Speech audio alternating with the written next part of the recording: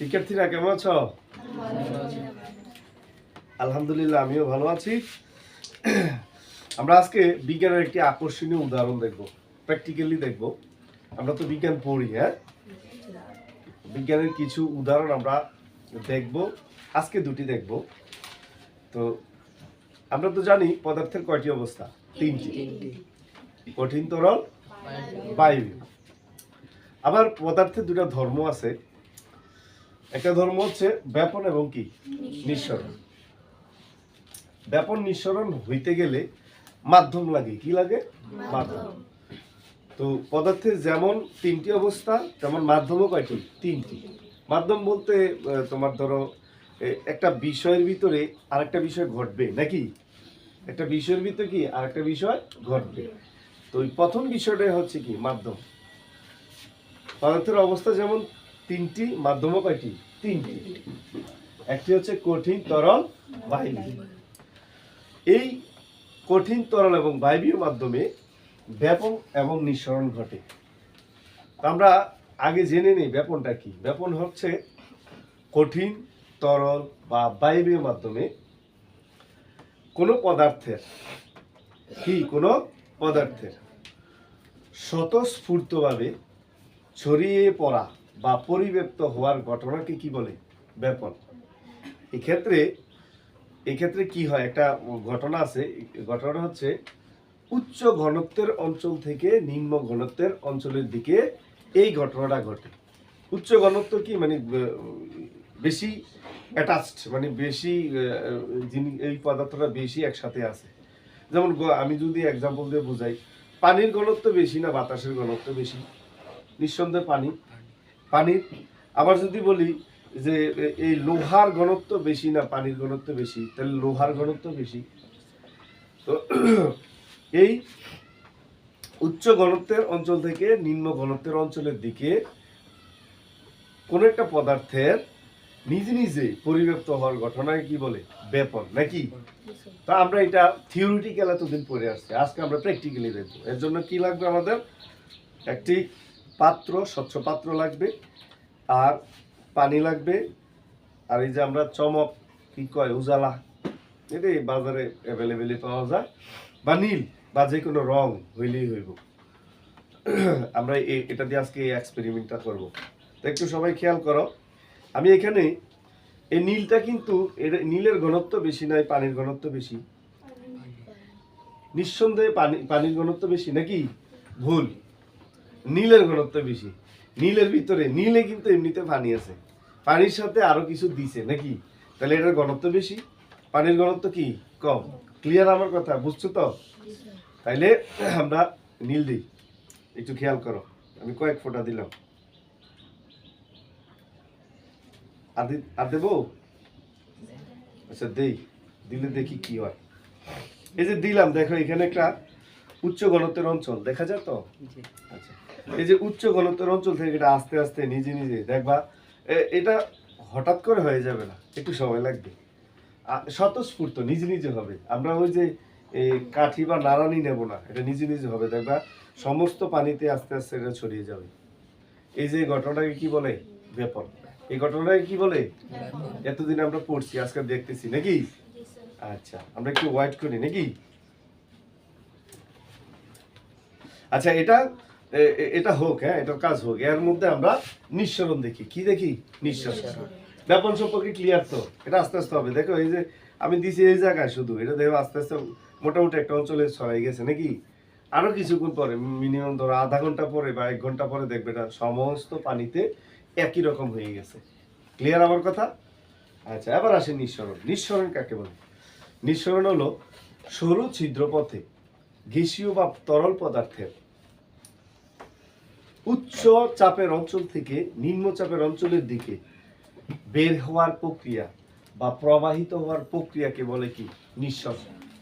যেমন তোমরা বেলুন ফুলাও না? বেলুনের যদি একটা পিন দিয়ে আমরা ফুটা করি, ঠাস করে ফুটে নাকি? ঘটনাটা কি ঘটে আমরা প্র্যাকটিক্যালি দেখবো। আমি বেলুনটা ফুলাই নাকি?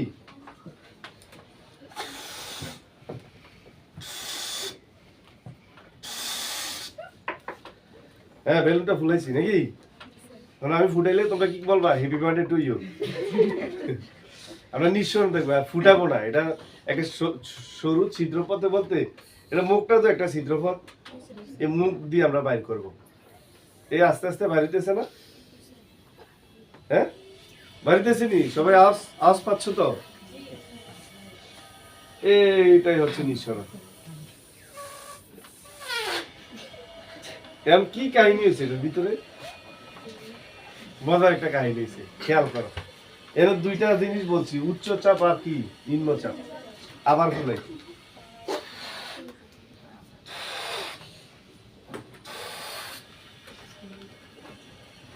এই যে বেলুনটার ভিতরে যে বাতাসটা, এই বাতাসটারে চাপ দিছে কি? এই বেলুনের রাবারটা না? বেলুনটা কি রাবার দিয়ে তৈরি? রাবার দিয়ে তৈরি তো। এই রাবারটা বেলুনটারে কি করছে? চাপ দিয়ে রাখছে। তাইলে একটু তোমাদের কাছে প্রশ্ন বা জানার বিষয় আমার, যে ভিতরের বাতাসের চাপ বেশি নাই আমাদের বাইরের বাতাসের চাপ বেশি? ভিতরেরটা। কারণ ভিতরেরটার ভিতরে কে চাপ দিয়ে রাখছে? বেলুনটা চাপ দিয়ে রাখছে না?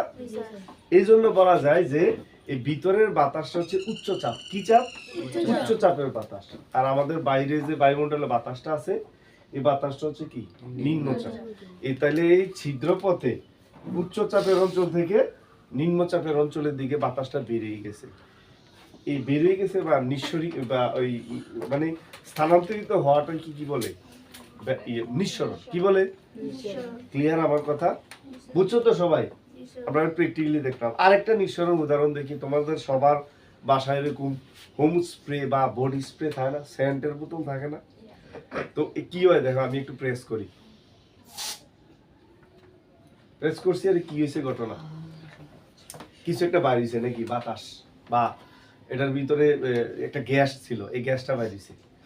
এই গ্যাসটা কিন্তু দাহ্য পদার্থ। তোমরা অবশ্যই যদি বাসায় এটা করো, কখনো চুলার সামনে করবে না, কারণ এই পদার্থটা দাহ্য, মানে এটা পোড়ানো যায়। কি করা যায়? পোড়ানো যায়, পরে বিপদ ঘটবে। ঠিক আছে? এটা কখনোই চুলার সামনে বা কয়েল কিংবা ইলেকট্রিক বিষয় বস্তুর সামনে তুমি কখনো এটা করবে না, এই এক্সপেরিমেন্ট করবে না। তো এই যে দিলাম বাড়িলো, এখানে ঘটনা ঘটতেছি কি একটু ক্লিয়ারলি দেখো সবাই। এই যে এখানে একটা সরু ছিদ্রপথ আছে, আমি প্রেস করার সাথে সাথে এই ছিদ্রপথ দিয়ে বাইরিতেছে। কই থেকে বাইরিতেছে? ভিতর থেকে, নাকি? এই বোতলের ভিতর থেকে। এই বোতলের ভিতরে যারা এই এটা তৈরি করছে, ম্যানুফ্যাকচারার, তারা কি করছে? এই গ্যাসটারে একটা চাপ দিয়া অধিক চাপে এটারে ভিতরে প্রবেশ করাইছে, করে রেখে দিছে। বাস আমরা প্রেস করলে এটা রাস্তা ফাইয়া, মানে ছিদ্রটা ফাইয়া বাইরে চলে যেতেছে। তাহলে উচ্চ চাপের অঞ্চল থেকে কই আসতেছে? নিম্ন চাপের অঞ্চলের দিকে আসতেছে, নাকি? এখন এই স্প্রেটা দিয়ে নিঃসরণ দেখার ফলে দুইটা ঘটনা ঘটছে। দুইটা ঘটনা কি কি আমি বলি। একটা হলো নিঃসরণ, আর একটা হচ্ছে কি ব্যাপন। ব্যাপনটা কি? এই যে তোমরা কিন্তু গ্রাম পাইতেছো, এটা পাইতেছো না? আমি কি এমনি দিয়ে সেরে বলছি যে শো যাও? আমি বলছি এটা নিজে নিজে সমস্ত রুমে কি হয়েছে ওইটার মতো পরিব্যাপ্ত হচ্ছে না? তার মানে এই বডি স্প্রে বা রুম স্প্রে যখন আমরা ব্যবহার করি, তখন আগে নিঃসরণ ঘটে, তারপরে কি ঘটে? ব্যাপন। মনে থাকবো, তোমাদের এটা প্রশ্ন আসে, বিশেষ করে এই ধরো নবম দশম শ্রেণীতে আসে আর কি। এটা তো তোমরাও জানি না। ক্লিয়ার আমার কথা? ওকে, তাহলে আমরা ব্যাপন নিঃসরণ সম্পর্কে ক্লিয়ার তো?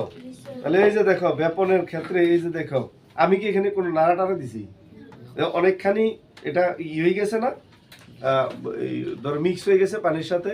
এটা তুমি ঘন্টা 1.5 ঘন্টা রেখে দিলে দেখবে সম্পূর্ণ পানিতে এটা এক মিশে একাকার হয়ে যাবে। এই ঘটনাটা কি বলে? ব্যাপন। ক্লিয়ার সবাই? তাহলে আমরা আজকে মজার বিষয় দেখলাম না? তোমরা বাসায় গিয়ে এক্সপেরিমেন্ট করবা। আর আমরা যারা ভিডিওটা দেখছি, তারা আমরা এইভাবেই খুব প্র্যাকটিক্যালি, খুব ইজিলি আমরা বিজ্ঞান শিখতে পারি, বিজ্ঞানের বিভিন্ন এক্সপেরিমেন্ট শিখতে পারি। এর জন্য আমরা যথেষ্ট নলেজ এবং যথেষ্ট তত্ত্ব আমাদের জানা দরকার। এই নলেজ এবং তত্ত্ব দিয়ে আমরা এই বিজ্ঞানের এক্সপেরিমেন্ট করব এবং শিখব প্রতিনিয়ত। ধন্যবাদ সকলকে।